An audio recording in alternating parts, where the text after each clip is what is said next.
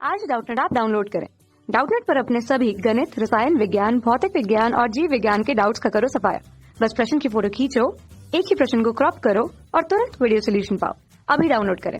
इस क्वेश्चन में गिवन एक द्रव्यमान रहित स्प्रिंग का बल नियतांक 1000 न्यूटन मीटर है।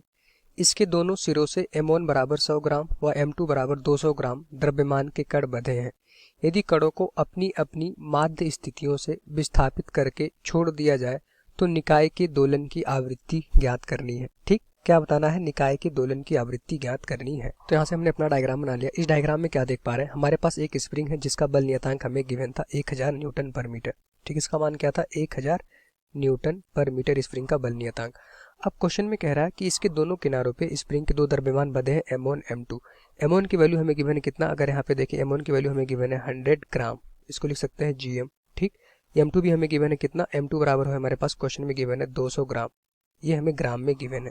अब क्वेश्चन में कहा जा रहा है कि जब ये दोनों निकाय अपनी अपनी स्थितियों के परितः दोलन गति करेंगे तो क्या होगा? हमें निकाय की दोलन आवृत्ति बतानी है। ठीक, निकाय क्या हो जाएगा? जिसमें हमारा स्प्रिंग होगा और दोनों द्रव्यमान होंगे। लेकिन यदि कणों की अपनी अपनी माध्य स्थितियों से विस्थापित करके छोड़ दिया जाए, अगर हम कहते हैं m1 को, इसकी ये माध्य स्थिति होगी शुरुआत में, जहाँ पे होगा जब ये गति नहीं कर रहा होगा वो माध्य स्थिति हो जाएगी। इसी तरह से m2 जो हमारे पास द्रव्यमान उसकी भी ये माध्य स्थिति हो जाएगी। अगर इसकी माध्य स्थितियों से आप जरा सा विस्थापित करो, मतलब कि इस m1 को इधर खींच के यहाँ लेके चले आओ। ठीक, जब यहाँ लेके चले आओगे तो क्या होगा? स्प्रिंग बल पीछे की तरफ लगेगा क्योंकि स्प्रिंग में विस्थापन हुआ होगा। तो यहाँ से देखेंगे ये जो हमारा m1 ब्लॉक है अपनी माध्य स्थिति से इस तरह से क्या करेगा? अपना सरल आवर्त गति करेगा या फिर दोलन करेगा। सेम इसी तरह से m2 ब्लॉक उसकी माध्य स्थितियों से थोड़ा सा उसको विस्थापित करके अगर यहाँ पे लाके छोड़ दोगे, ठीक, तो यहाँ से क्या होगा कि तो यहाँ से वापस घूम के आएगा और अपनी माध्य स्थिति से m2 हमारा द्रव्यमान अपनी माध्य स्थिति के इर्द गिर्द इस तरह से क्या करेगा? अपनी दोलन गति करेगा। तो यहाँ से इस तरह से गति हो रही होगी। अब क्वेश्चन में क्या कहा जा रहा है कि इनके दोलन की गति जो होगी उसका हमें क्या बताना है? पूरे निकाय का आवृत्ति बताना है। तो मान लेते हैं x1 के आयाम से गति कर रहा होगा m1 द्रव्यमान। ठीक, इस तरह से m2 अपना x2 के आयाम से गति कर रहा होगा। शुरुआत में इसको x2 डिस्टेंस खींच के आप छोड़ देंगे तो स्प्रिंग से बंधते हुए m2 द्रव्यमान हमारा क्या करेगा? दोलन करेगा।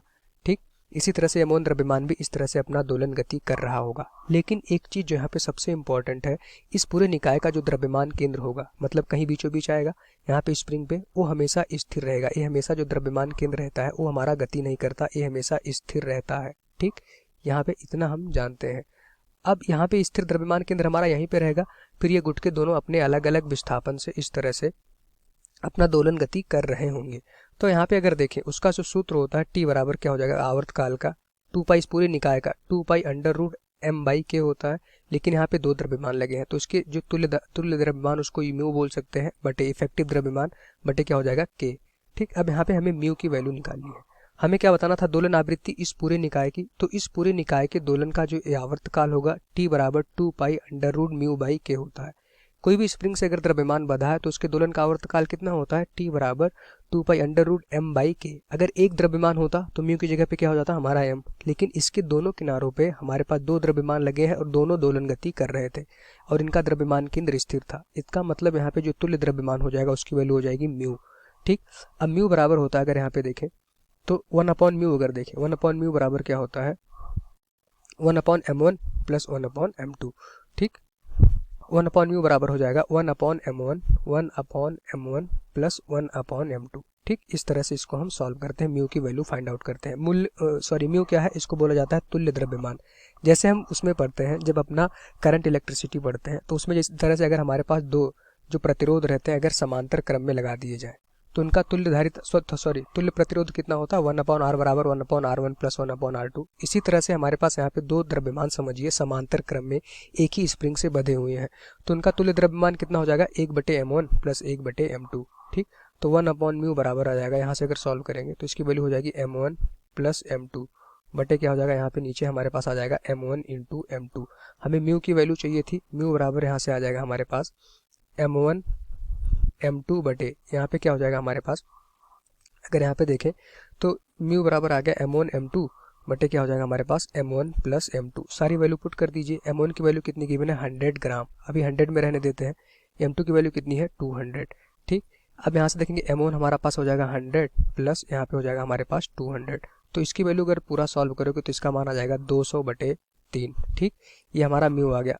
ये हमारा किस में था, किलोग्राम में था, लेकिन इसको हमें ग्राम में, सॉरी ये ग्राम में था, क्योंकि अभी हमने द्रव्यमान किस में रखा था, ग्राम में। अब म्यू की वैल्यू को हम किलोग्राम में निकालेंगे, तो इसका मान क्या हो जाएगा, 200/1000 करेंगे तो आ जाएगा 0.2/3। ये हमारा किस में आ गया, किलोग्राम में आ गया म्यू की वैल्यू। म्यू क्या था, तुल्य द्रव्यमान या इफेक्टिव द्रव्यमान उसको बोला जाता है।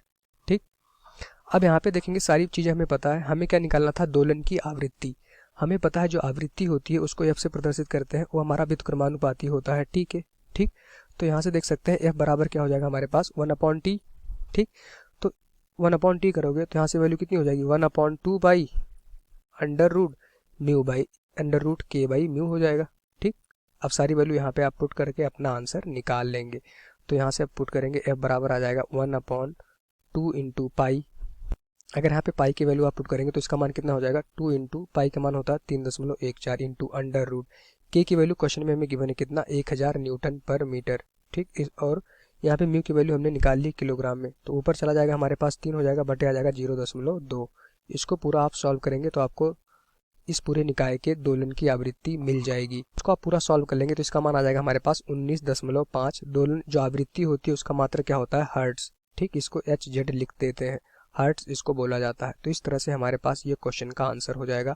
अच्छा क्वेश्चन था। यहाँ पे बस ट्रिक क्या थी कि तुल्य द्रव्यमान निकाल पाना। चूंकि अगर एक द्रव्यमान होता तो आवर्तकाल का सूत्र क्या होता, T बराबर 2 pi under root m by k. दो द्रव्यमान है, दोनों एक ही स्प्रिंग से बंधे हैं, तो उनका जो तुल्य द्रव्यमान हो जाएगा 1/μ बराबर 1/m1 प्लस 1/m2। ठीक, ये हमारा फॉर्मूला होता है। अगर आपको याद ना रहे तो इसको आप लिंक कर सकते हैं।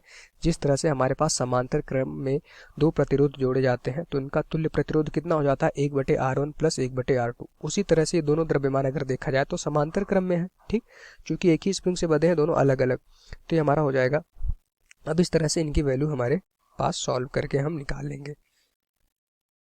कक्षा 6 से 12वीं से लेकर नीट, IIT, JEE वो एडवांस के लेवल तक 1 करोड़ से ज्यादा छात्रों का भरोसा।